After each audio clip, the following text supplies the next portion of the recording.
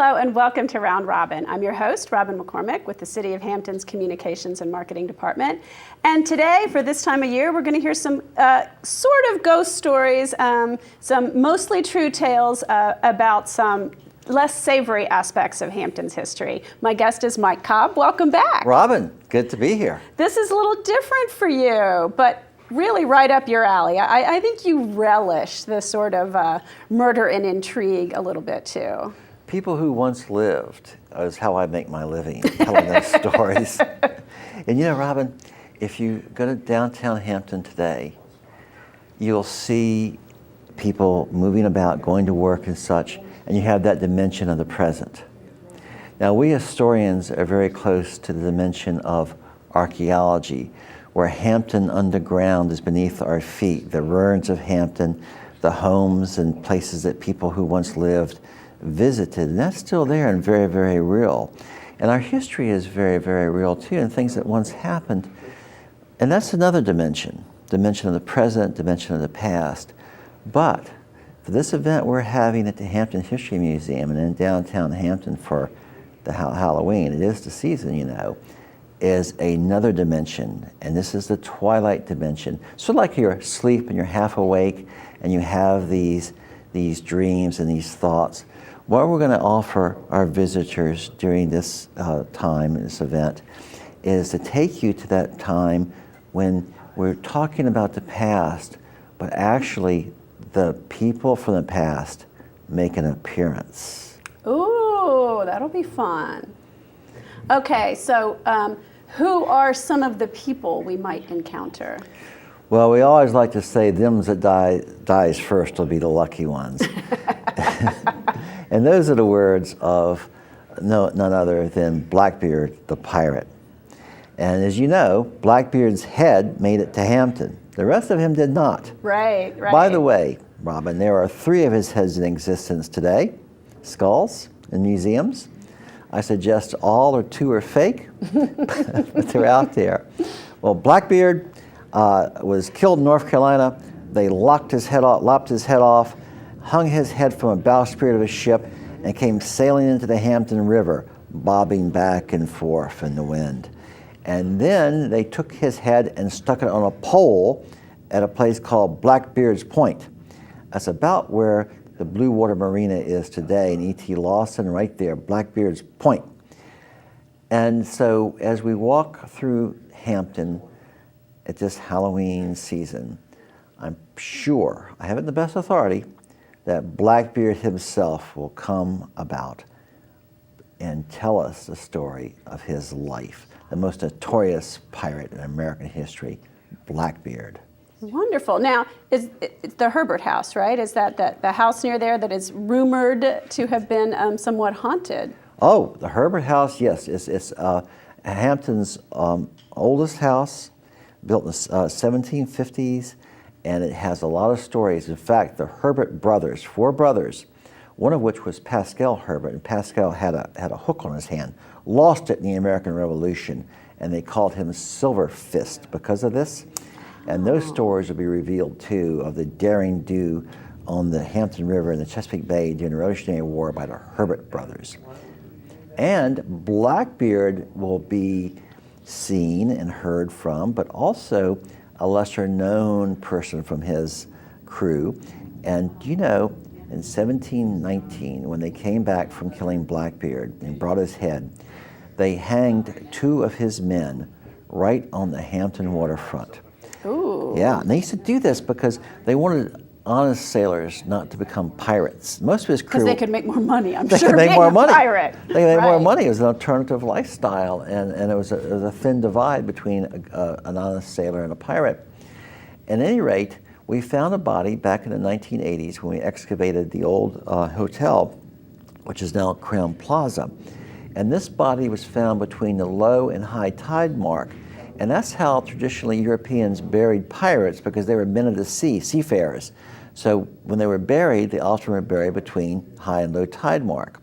Also, this gentleman's didn't have a coffin, and his head was not facing the traditional Christian orientation of burial. And the artifacts found in the grave shaft dated to this period.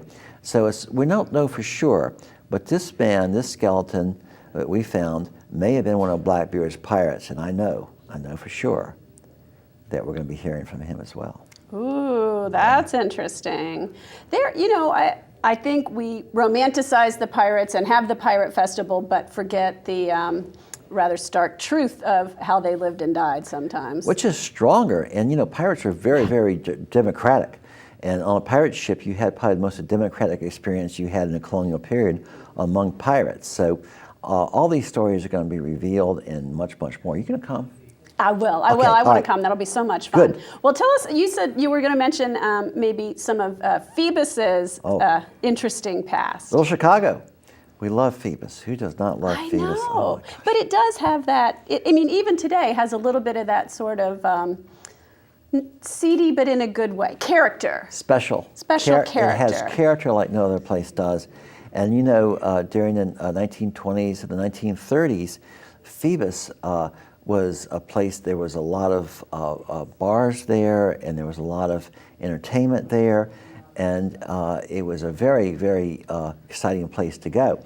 And so what this event, these evenings that we're going to walk people through downtown in the museum, part of what you're going to hear is you're going to hear from the bartenders and the people who were there during this time, and they're going to tell you the stories about Phoebus when liquor flowed and all kind of things went on. And there was a lot of bumping in the night in Phoebus, and it was a raucous place, Phoebus, Virginia. Well, now see, once again, that period has been a little bit romanticized, and I would tend to think of Prohibition as a lot of fun parties, but there was, because it was an illegal activity, a lot of guns and violence and drama went along with that, right? There was drama. It was a rough place, and people got hurt, and different things happened, for sure. It gave it a lot of character.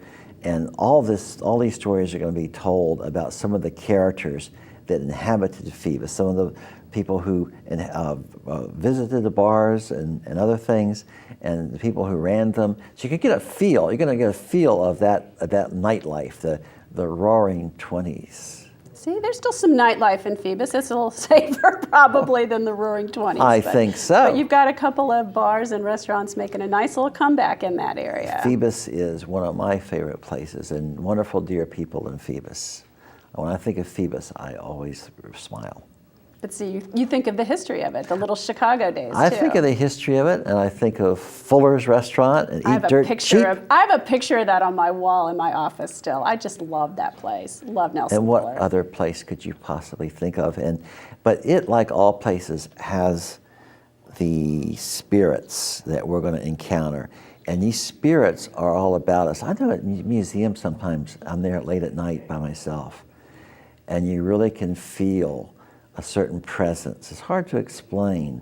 But I was working on the recent exhibit on the contrabands, the enslaved people, and I had a huge picture of some of the contraband folk, and I had an artifact near them that they would have used, and suddenly their faces and eyes touched that artifact. I could almost hear them saying, "I used that. I spun cloth on that machine and such," and that made that connection. And that's what we're going to do on this haunted tours, is we're really going to get a feel for people who once lived and who they were. That sounds really wonderful. Now, Are there any murder stories you have on this tour? There are mayhem, and there's certainly a murder. And we're going to talk about the Kane murder case, where a doctor here in Hampton was accused of murdering his wife. It was never for sure what happened, but we're going to tell that story and lay that out. We're going to talk about some other events that unfolded, that people left this earth in an untimely manner. So yes, murder and mayhem will be part of the tour. That sounds great. Yeah. So is this the first time you've done this, or is this a program that you've had in the past? No, we've done this in different versions in the past. In fact, when we were building the museum, we started with haunted tours to help raise money to do the museum. So it's part of the tradition of the Hampton History Museum to have tours during this holiday season. That sounds wonderful. Now, will these be family friendly? Like you might scare little itty bitty kids, but mostly they'll be able to take it, right? I think that this is certainly a family event that can come out and be something for everyone, and it's going to be pretty scary. but not too scary. Okay, that sounds great. Well, I look forward to it. And if people want more information, they can go to your website at Certainly hampton.gov/history museum. Yes, they can. All kinds of other places. Yeah. And hopefully you'll do this again. I suspect that people love to be entertained. And I have to say, you're quite the storyteller. Like, you're not in full mode here, but when you begin your stories, there's a quality that comes out that's really, really captivating. We leave the body altogether and go to that special place, that distant place, that dimension we were talking about between the present and the past, the in-between, the spiritual. Things a little more difficult to see, people will be able to see in this event we're having at the Hampton History Museum, the Haunted Tours of Hampton. And that's wonderful because it will bring out, I mean, they are great stories, but they are rooted in fact, or at least what passed for fact at the time they happened. They all are rooted in something that happened. They all have that. So there's an educational aspect to this, right. as well as a supernatural. But I must tell you, Robin, we're not even sure we don't really know for sure who will make an appearance. There are things that will happen that even we do not know. You cannot control these things. We'll be surprised by who is moved to come speak to the group. It's going to be very good. Looking forward to seeing you there. Okay, Mike, I promise. That sounds great. Thank you so much for coming by and giving us this taste of the program.